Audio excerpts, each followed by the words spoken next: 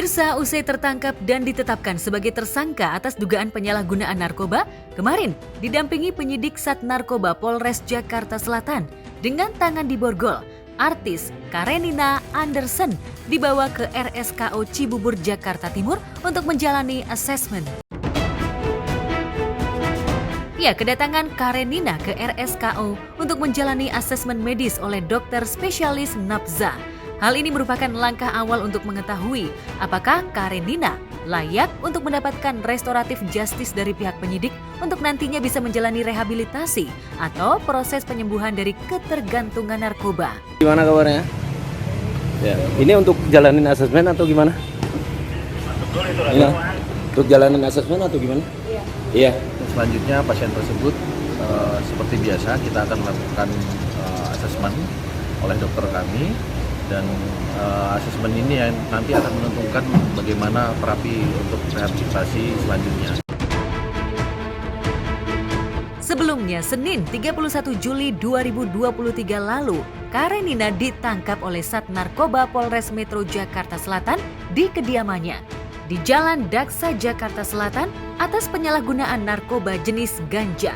Polisi menemukan ganja seberat 4,1 gram serta satu linting ganja seberat 0,3 gram.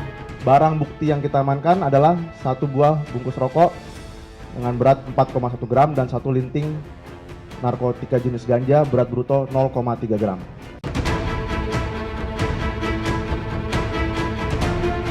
Di hadapan awak media, Karenina meminta maaf kepada publik dan keluarganya lantaran telah melakukan tindakan yang melanggar hukum, yakni menggunakan narkoba. Lantas benarkah alasan Karenina menggunakan narkoba lantaran sepi job dan mengalami depresi? Akan permintaan maaf yang sebesar-besarnya untuk masyarakat Indonesia, suami saya, anak-anak saya, keluarga terbesar saya, dan teman-teman terdekat saya. Maafkan kalau saat ini saya menjadi contoh yang tidak baik. Untuk saudari ini memang ada riwayat kesehatan ya. Dia setelah kita cek ternyata ada penyakit insomnia, depresi juga ya.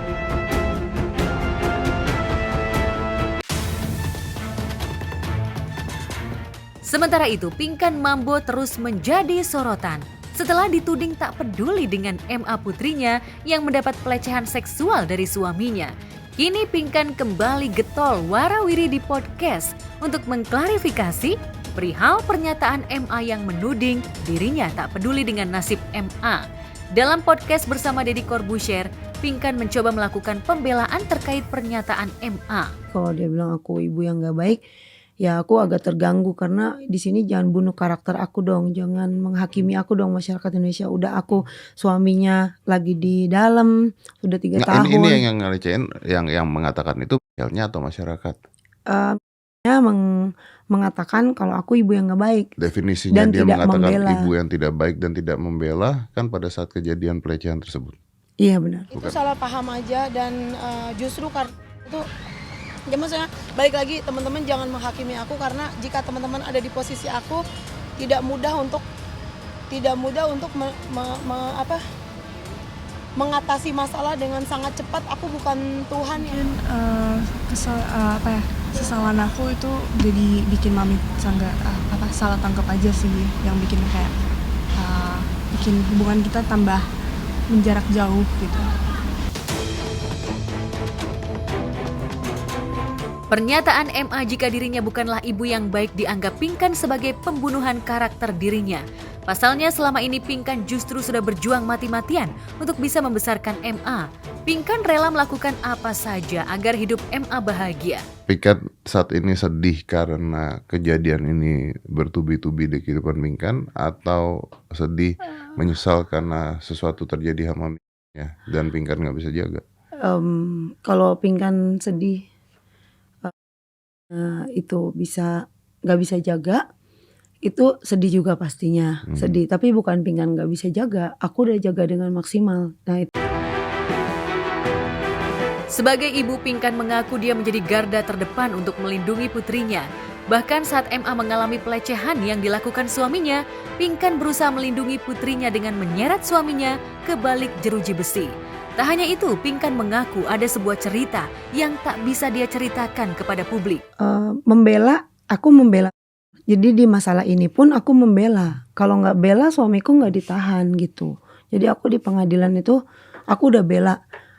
Ada cerita di dalam cerita sebenarnya gitu yang saya nggak bisa ungkap di publik dan saya pagerin itu karena menurut saya ini adalah masalah keluarga. Jadi kalau saya buka nanti bakal melebar, bakal kepo, bakal lebih gede lagi, perang segala macam. Oke, nggak usah cerita, Nggak tapi usah cerita. maksudnya konteks cerita dalam cerita tuh apa? Nggak ngerti saya. Ya intinya ada satu cerita, ya intinya ada cerita dalam cerita yang saya nggak bisa cerita di sini gitu. Jadi Dia saya bilang tuh tega kayak gitu, gituin mami. Mami tuh sejak aku cerai sama papanya, aku tuh orang pertama yang jaga, yang taruh aku di depan untuk anak-anak aku tuh aku. Mungkin aku kenapa nggak nangis, kan itu 3 tahun lalu, dan mungkin kenapa nggak nangis karena aku udah sering dijahatin. Jika Pinkan mengaku sebagai ibu yang baik, mengapa Pinkan justru mengaku jika dirinya korban fitnah dari MA? Lantas mengapa Pinkan menuding MA sebagai anak yang durhaka? Kamu kesini pembelaan diri bahwa kamu ibu yang baik gitu iya ya? itu aku mau ngomong itu aja sebenarnya. Waktu papanya mau lapor, justru aku yang mendukung gitu loh, maksudnya. Jadi justru bagus kalau ada, maksudnya aku kalau orang jahat makan jangan ngapain, jangan nggak ada yang aku bela di sini, aku bela anakku pastinya.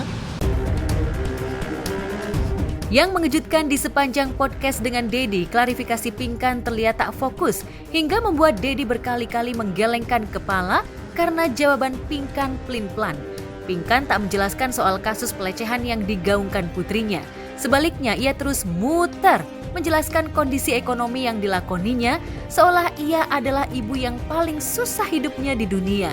Saking bingungnya dengan keterangan Pinkan, Dedi bahkan tak mau melanjutkan dialog dengan Pinkan. Meski mantan duet Maya Estianti ini masih bersedia bicara.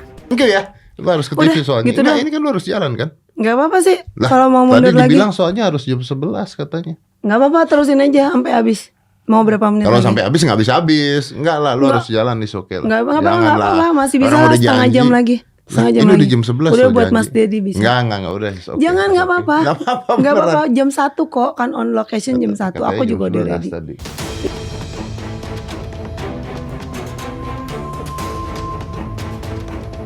Alih-alih ingin melakukan pembelaan diri, jawaban-jawaban Pinkan atas pernyataan Dedi justru makin membuat bingung publik.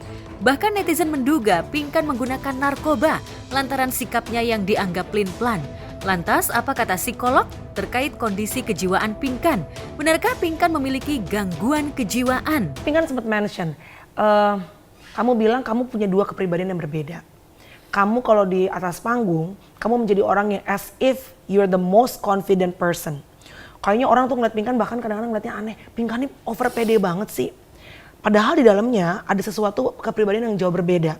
Jadi Pinkan tuh sebetulnya 2 pribadinya, satu yang overconfident seolah-olah pede, super pede di kamera. Dan satu lagi pribadi apa yang kamu punya saat kamu sendirian?